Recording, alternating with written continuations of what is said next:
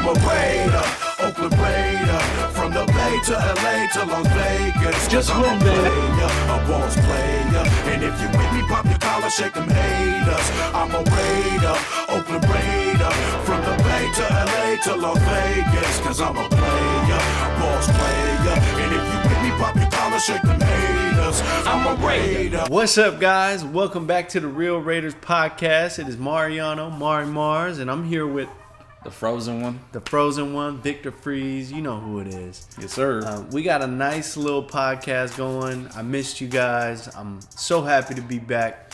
We're going to break this down into 3 segments, right? The first segment is going to be the news and notes of the week like we do every single week. The second one is going to be a recap of last week. Big dub. And then we're going to follow up with a game preview, little matchups like we did in the first episode that we're looking forward to, that I'm looking forward to, and that Victor Freeze is looking forward to. Against the Dolphins. Against the Dolphins. This game preview that we about to see this Sunday, you know what I'm saying? So, Yes, sir. Vic, go ahead and kick it off, man. What's the first one we got? So the first news and notes that we have is we released Nevin Lawson this week, a couple days ago. And that is all because of Nate Hobbs. Nate Hobbs has been holding down that slot cornerback position. And, you know, I'm glad that we released Nevin Lawson. We talked about this in previous episodes. I don't know why this man's on the team. He's a solid veteran, according to a lot of people. But hey, man, he had like a picture of Mark Davis fucking a goat or something. I don't know what it was, but he had something on someone, maybe John Gruden. I don't know. But he is gone. He is out. Cut bait. Let's get up out of there. Simple as that. The next one is that the Raiders recently signed Jackson Barton from the Giants practice squad. Now, this is just a minimal little thing, right? Yeah. I think they're just trying to add depth at this point, just in case someone else goes down. Honestly, I'm a little worried about Richie Incognito. This is the same thing that we seen at the beginning of last year. It's just a calf injury. yeah. And come to find out, he has a torn Achilles. He's gone for the year. So Yeah, I think this has to do with also with the Leatherwood injury, which we'll talk about in a little bit too. But it's just the offensive line gets thinner and thinner. I personally would like to add one of these veteran like guards like Kelechi Osemele, and bring back a familiar face, or Joe Dahl. You know what I'm saying? Have some veteran presence. I spoke about it last week on the podcast. yeah, I don't know. Maybe they see something in these practice squad guys. That's how they got Darren Waller, you know? right. But we'll see. Yeah, you never know. I mean, you never know. The next thing that we got is that we signed Kyle Slaughter to the practice squad. And John Gruden recently said that at the moment, our backup quarterback has been running the scout team D, which is Nathan Peterman. Nate Peterman. The GOAT. The GOAT. Oh, no, don't say that. Don't say that. It's a joke. No. So Kyle Slaughter is going to be the scout team quarterback moving forward, and Nate Peterman is going to be QB2. Yeah, and this is just a move because he's familiar. He's been with us in the off season, and he's familiar with the offense and everything. Yeah. You know, if it really gets down to it, I foresee us probably signing like Cam Newton. That would be like more. Yeah. If like DC and Mariota are out, then I think that would be like the obvious choice. Honestly though, if DC gets hurt, we're fucked anyway. So That's like the closest thing to like saving the season though.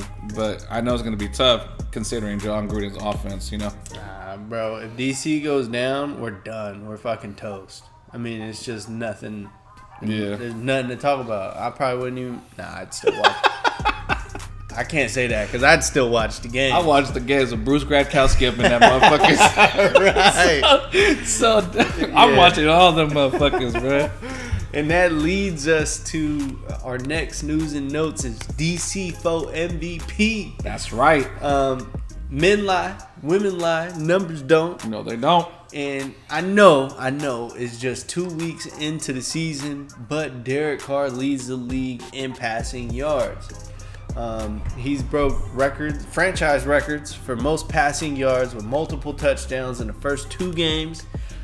So this man's he got the hot hand. We just got to ride it. Yeah. Simple as that. That's it, man. He's been playing lights out.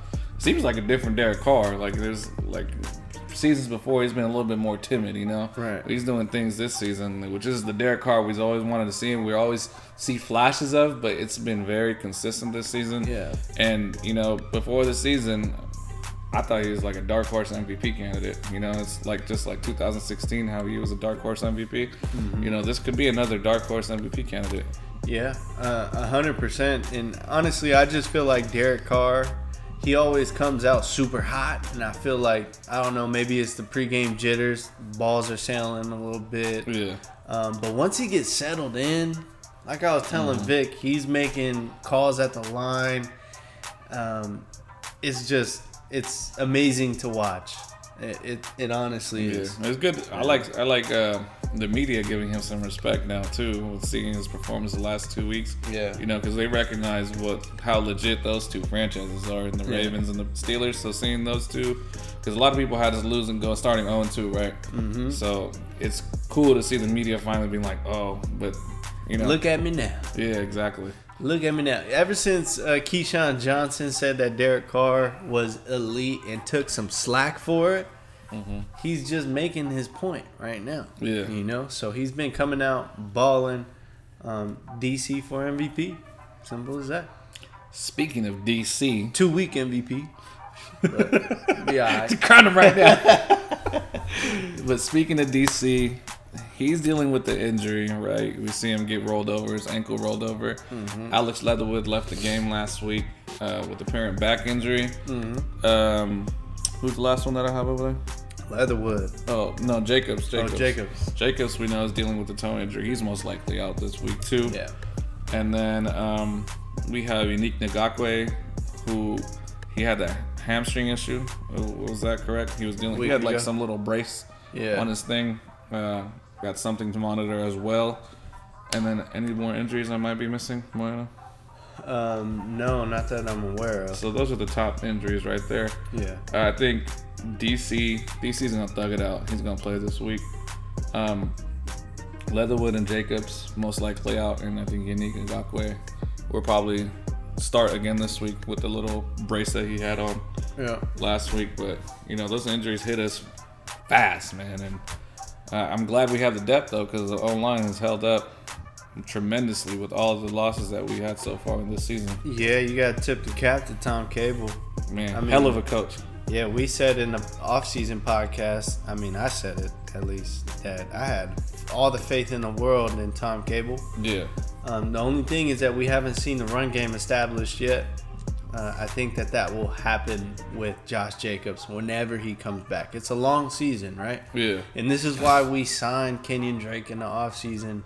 But I was telling Vic earlier before we started this that I would love to see Kenyon Drake take the full load. Take the full load, right? Whether it be in the I formation, we seen him to the side in shotgun. Yeah. Probably 90% of the time. I didn't even see too much of an I formation last game. But you know, he definitely deserves, from what he did in Arizona and Miami, I think he deserves to take the whole load, and Peyton Barber backing him up. Yeah. But they want to use him on all that gadget shit and stuff. Right now is not the time for gadget shit. We know the receivers are obviously, you could spread the ball out to the receivers right now. Yeah. You know, it just opens up your playbook more. It's a what's it called? A luxury to have that open up spot. But you need to establish a run, because you know that's our bread and butter. Yeah, or it was anyway. It was. I mean, this season it's not looking like that, but also it may have been just what John Gruden liked as far as matchups went. Yeah. That's why he decided to spread it out more versus trying to line up and play hard-nosed football. Correct. But we know when it gets later in the year, the teams that really flourish are the ones that can establish the run and set the tone for the game, especially in playoff football as well. Definitely. Hits a little harder, it's a little slower, you know, so. Yeah. Mm-hmm. But I think that wraps up the news and notes that we have for this week, Mariano. Yep. Let's kick off the post-game reaction against the Steelers, man. What do you got? I mean, they came out, they did what they needed to do, they executed. Our defense played lights out. Lights out. I mean, they played very well against Big Ben and company. I personally had them losing. I said it on the last podcast. I said we're gonna lose by a field goal. That's what I said. Yeah. I'm surprised by the way that this defense is gelling so good together early off in the season. Sorry for doubting my team, man. But yeah, from here on out, you're trying to be a realist. Yeah, I was trying to be unbiased, man. I was trying to, Yeah. I know the experience that the Steelers have. They're a playoff team year in, year out, bro. So yeah, and it's definitely, this is a younger team and a team that's gelling together more than the Pittsburgh Steelers would. But that defense has come together, man, and we've shown that even without our running back, we can still win games. So we can spread the ball out. I said that's the key. We have to spread the ball out against this defense. We caught a break with T.J. Watt getting out, but they still have tremendous players on the defense. Oh, yeah. Still got Melvin Ingram. Yeah, Minkah Fitzpatrick. Not Casey Hayward. Cameron Hayward. Yeah. Minkah Fitzpatrick. There was still talent scattered all over the field for the Steelers, so there's still no excuses. We had no Josh Jacobs. Yeah. No 3 offensive linemen. Yeah. There's excuses on both sides, but at the end of the day, you know what I'm saying? You got to do with your personnel that's there. It's the next man up. You can't cry about that shit. Yep. And we got it done, man. And I don't know. Like, I don't want to say surprised. Like, I doubted my team, but it's like cool to see them put it together like that. Because Raiders of the previous seasons before crumbled. Would have crumbled against this team, like, no doubt. Yeah, 100%. And I didn't get a chance to come on last week, but I kind of said that when we were previewing the Ravens game, I said loud and clear that it starts and ends with the front four. Yeah. And that has been, in my opinion, the biggest improvement from last year to this year is that even in week 1, we blitzed twice. Mm-hmm. 2 times, right? We was getting after Lamar Jackson. Paul Gunther couldn't go a series without blitzing last year. Not one series, right? So, I mean, the biggest takeaway for me from this last game is that we put pressure on Big Ben without having to blitz a 5th and 6th player. Yeah, right? The proof is in the pudding because Max leads all defensive ends in QB pressures. Right. So it's just much improved. The defense on every level. The defensive line, the linebackers, and then also the secondary. Yeah. So that's my biggest takeaway is that the defense is decent. They're a bend but don't break defense, I think. Mm-hmm. That's just my personal opinion. They're not quite lights out yet. Yeah. But it's enough to win us games. Enough to that defense win that DC games. needs to win games because obviously he can't be putting up fucking 40 points every week against letting teams put up 28, 35 against us. You know what I'm saying? Yeah, 100%. I was a little worried when the Steelers came back to score their second touchdown and the Raiders were up by 2 points until DC hit the bomb to Henry Ruggs. And that's a good thing too because that's what we brought him in here to be, that guy to make those plays like that. And it's a good coming out game for Henry Ruggs.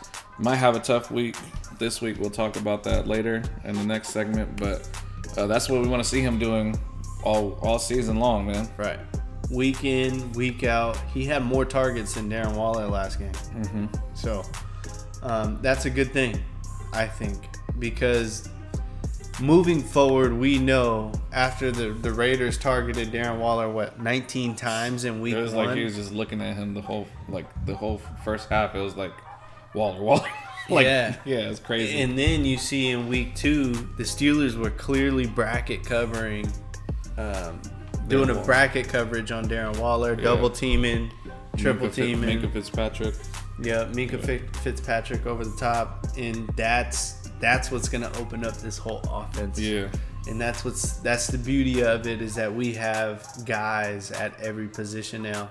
And before the season even started, I had to question who is going to be Nelson Aguilar of 2021, right? And it's a combination. Right now, it's not just one guy. It's a combination between Bryan Edwards and then also Henry Ruggs. So right now we have talent that can make plays around the field, and it's not just one guy. Like, we're depending on Devontae Adams, for instance, to make this play. Right? We have multiple guys that can do that, and I think that that's healthy for an offense, for sure. And then my last note is Hunter Renfrow is a fucking dog. Yeah, he That is. motherfucker. Dude, that catch where he laid out for that catch, bro, that was my favorite play of the game, boy. Oh, 100%. Oh, aside from the obvious Henry I mean, Ruggs he play. looks like me running out there on the field, a little skinny white dude running around. You know what I mean? So how can I not resonate with that with my guy Hunter Third and Renfro? Motherfucker's a dog, man. Dog, he's a beast. He's probably the most underrated player in the league. Hell yeah. In the league, man. Do you have any more notes on the Nah, game? that's That wraps up the post game. Now we're gonna switch gears and go to the pregame against the Miami Dolphins. Mariano hit it off once again. Yeah. So for my first thing, obviously it's a quarterback preview, right? Tua got banged up last week. I think he's got a rib problem, which me and Vic were kind of talking about it. If Jacoby Brissett starts, I'd probably I'd not want to see Jacoby Brissett. Yeah. I'd rather see Tua. Yeah, like I was telling Mariano last season, we had his number with that shitty ass defense that we had. So, Yep. like, he couldn't do nothing. Ryan Fitzpatrick had to come into the game and start darting us up, right? Yeah. I think we got Tua's number. I'm not worried if Tua starts, and like Mariano said, I would rather not see Jacoby Brissett, and I would rather see Tua this game. Yeah, I just honestly, whoever plays for them, I think that this defense is just gonna continue to get after it. Yeah. If they can continue to put pressure on the quarterback with just 4 defensive linemen, we're gonna continue to be efficient. Keep Defensively. everything in front of you, and Yep. like you said earlier, bend but don't break. Yep. We're gonna definitely, continue to have a successful season. Yeah, exactly. What's your next one, Vic? Going on to my next thing, my matchup that I want to see is Will Fuller comes back this week, right? And in previous seasons, we have given up so many 20+ yard plays, right? The big plays. And Will Fuller, he's a fucking big play machine, bro. Yeah, yeah. In fantasy, When he's healthy. yeah. When in fantasy, he's a boomer bust. So either he doesn't make the big plays or he has a Making quiet all of them. game. Yeah, exactly. So, and this is going to be his first game with Tua or Jacoby Brissett. I just want to see us being able to contain that big play, or if so, limit it to 1 or 2 and not have a bunch of them come out of Will Fuller and have him be the number 1 fantasy wide receiver this week. Yeah, I don't think that that's gonna happen because it's clear that Casey Hayward, they all understand their job Yeah. and what they need to do. Casey Hayward's balling out, Oh yeah, by the way. that man. Hasn't given up a completion. My favorite play was smacking the ball out of Claypool's hands. That boy's a monster. Yeah, it's just amazing to see the night and day of the defense. To be honest, Yeah, like 100%. I talked about it earlier, but it's just, as a Raiders fan, it brings you happiness because there's been a lot of shit. We've been through it all. So Gus Bradley, pay that man. Pay him some more at this point. Extend that contract. We're only 2 weeks into the season. He could take a shit moving forward, but Yeah, Gus Bradley's doing a hell of a job with the defense. for sure. For me, and what I want to see with our game preview is our wide receivers against the Dolphins DBs. I can't remember if I said it on this podcast or the last one that we did on the fantasy, but the Dolphins DBs are stellar. Yeah. They got some players, bro. Xavier. Is it Xavier? Xavier or Xavier? Xavier Howard. Howard. Xavier Howard, yeah. Xavier Howard. Baller. And Byron Jones. Solid, right? And then Rashad Jones is the safety. Yeah, let's double check that right here. Double check that. Either way, Miami's defense.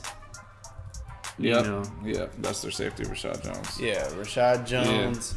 I It's mean, just the whole defensive back group is they're stellar. stacked, bro. Yeah.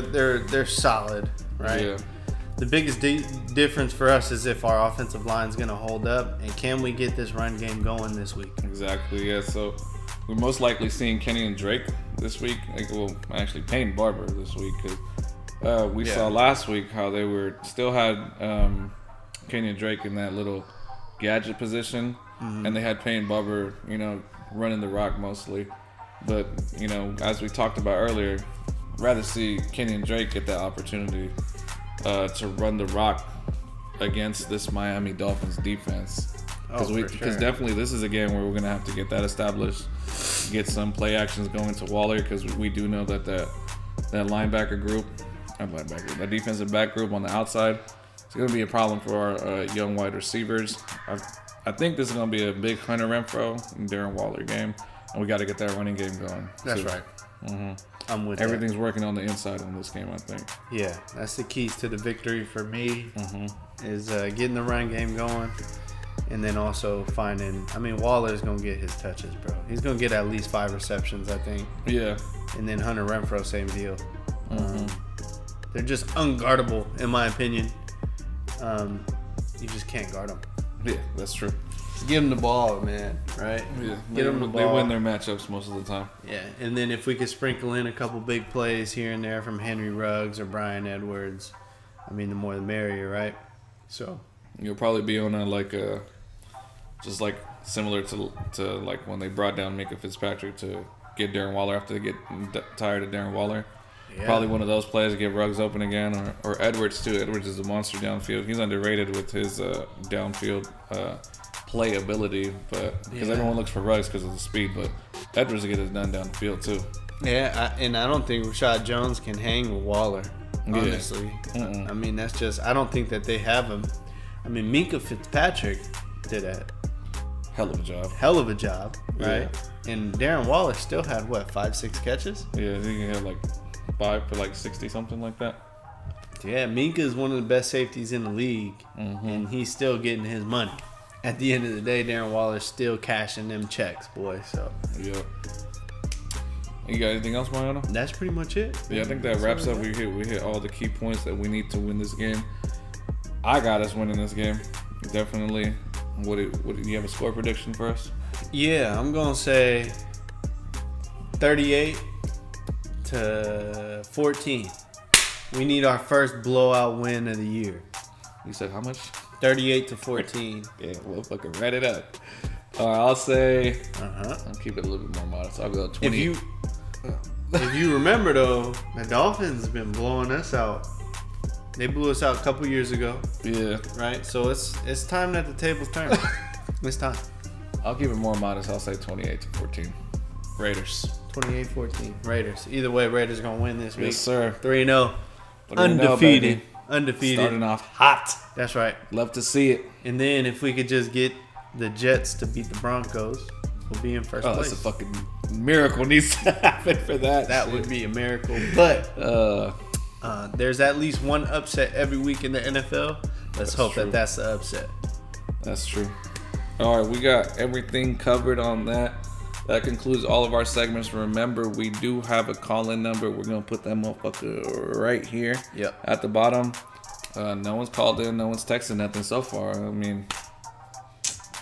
You guys do watch the videos, though. I know you guys watching the videos. Talk some shit. Someone call into the show. Text the show, man. Yeah. Keep it more interesting. We'll add another segment, and it'll make this podcast a little more. We should start throwing that out in the beginning, in the middle. Oh yeah. We'll throw it out more then throughout the episode. Yeah. We'll, instead of just keeping it at the end, we'll put it at the beginning. Motherfuckers watch 2 minutes, these niggas trash. Let's just keep it moving. But yeah, so if you're here and you're listening, call in. We want to add that segment onto our podcast. Yeah. But other than that, man, that concludes the fantasy. We have 2 podcasts. I just got done doing the other one, but that concludes the Real Raiders podcast for this week. I'm your host, Rick the Freeze. I appreciate y'all so much, Raider Nation, and we are out of here.